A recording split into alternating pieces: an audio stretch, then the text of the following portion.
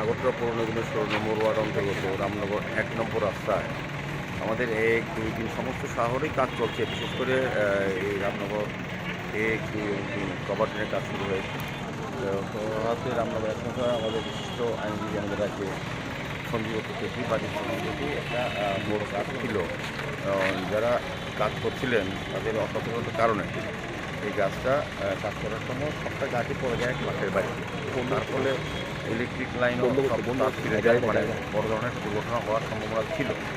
সঞ্জয়বাবুর সঙ্গে সঙ্গেই বিভিন্ন দপ্তরে কথা বলে আমাকে ফোন করার সঙ্গে আমি সঙ্গে সঙ্গে এস্টিমেশন কমিশনারকে বলেছি গাছটা কাটার ব্যবস্থা করা এবং ইলেকট্রিক লাইনটা যাতে এখন ডিসকানেক্ট করা হয়, পরবর্তী সময় যাতে সবটা ব্যবস্থা করা। সেইভাবেই আমাদের আগরতলা পৌর নিগমের সমস্ত স্টাফরা কাজ করছেন। আমি এখানে যারা ঠিকাদার সঙ্গে যারা কাজ করছে এজেন্সিগুলোকে বলেছি যাতে দায়িত্ব নিয়ে সতর্কভাবে কাজ করে এবং যেই এলাকাতে যেই জায়গাতে কাজ করবে ওই এলাকার মানুষের সঙ্গে কথা বলে তার যাতে অসুবিধা না হয় সেদিকে লক্ষ্য রেখে যাতে কাজ করা হয় এবং গুণমান ঠিক রেখে। আমাদের সারা আগরতলার সঙ্গে এই রামনগর এই বটতলী বিধানসভা 16 নম্বর ওয়ার্ড অন্তর্গত 1 নম্বর রাস্তা কভার ড্রেনের কাজ চলছে। সারা রামনগরই সমস্ত ডেভেলপমেন্ট কাজ শুরু হয়েছে, বিশেষ করে কভার ড্রেনের কাজ শুরু হয়েছে এবং আমি বলবো সেক্ষেত্রে কিছুটা অসুবিধা হবে যারা এলাকার বাসিন্দা বা নাগরিক তাদেরকে একটু সহযোগিতা করার আহ্বান রাখছি, কারণ আমরা সারা আগরতলাকে নতুনভাবে সাজানোর চেষ্টা করছি।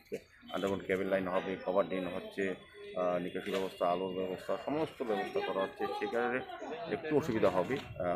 আমরা যতটা তাড়াতাড়ি সম্ভব আর থেকে সহিত আমাদের দপ্তর বা আমাদের রাজ্য সরকারের বিভিন্ন দপ্তর, নবায়ন দপ্তর, স্মার্ট সিটি মিশন, পূর্ত দপ্তর এবং পৌর নিগম সবাই মিলে কাজ করছি কাজী শহরের ডেভেলপমেন্টের জন্য।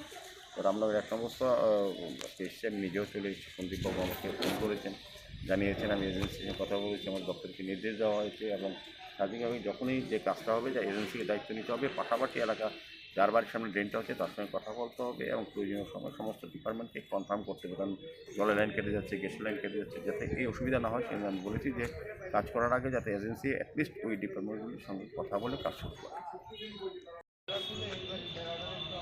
সকালে যখন ম্যাটারটা আমার নজরে এসছে আমি সঙ্গে সঙ্গে আমার এলাকার মাননীয় বিধায়ক এবং মেয়র এমসি ওনাকে ফোন করি এবং সবচেয়ে বড় কথা যেটা আমি হ্যাপি এই এলাকার নাগরিক হিসেবে সেটা হচ্ছে মেয়রকে যখন আমি ফোন করি তখন অত্র অঞ্চলে বিদ্যুৎ ছিল। মেয়রকে ফোন করার ওই দিন আমি ম্যাক্সিমাম 5 মিনিটসের মধ্যে আমি লক্ষ্য করলাম, কারণ ইলেকট্রিসিটির লাইনগুলো অনেকের বাড়ি প্লাস গাছ এই সমস্ত এলাকাতে উপর দিয়ে যাচ্ছিল।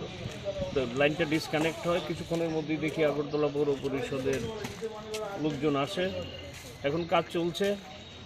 তবে মাননীয় মেয়র যেটা বললেন, যারা কাজ করছেন আধিকারিক মানে কন্ট্রাক্টর বিশেষ করে, তারা আরও সচেতনভাবে কাজ করবেন, সতর্কভাবে কাজ করবেন যাতে বিপদটাকে এড়ানো যায়, সেটাই হচ্ছে বড় কথা।